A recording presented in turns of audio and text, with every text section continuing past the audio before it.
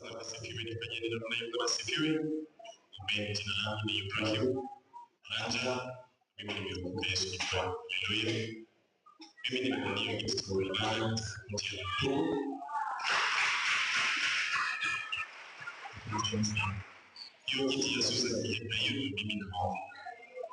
Inaweza kuwa mimi sana. Mimi ninaomba kitu kimoja, because there are three things that we must do as a people for the benefit of the nation. There are three things that we must do to fight for this nation. Jambo la kwanza, jirani yako jambo la kwanza. Jambo la kwanza ni kwamba lazima tuombee taifa letu. Lazima tuombee taifa letu. The Bible says that blessed is the nation whose God is Lord.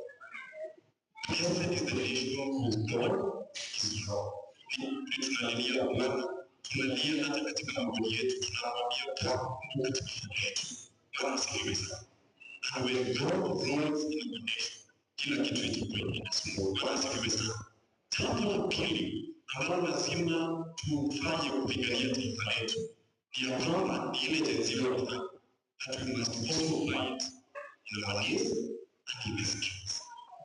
Kwa sababu our leaders understand more than isipokuwa kwa streets. Na jenzi wanaturepresent vizuri sana.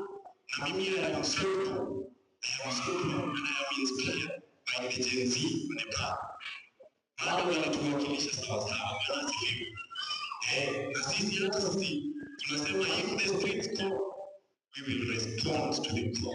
We will answer that call. So they must shield up. Hawana sisi tutakula. Bwana asifiwe sana. Jambo la tatu ambalo ni lazima tufanye ili tupiganie taifa letu. Jambo la ngapi? Jambo la tatu. We must register as voters.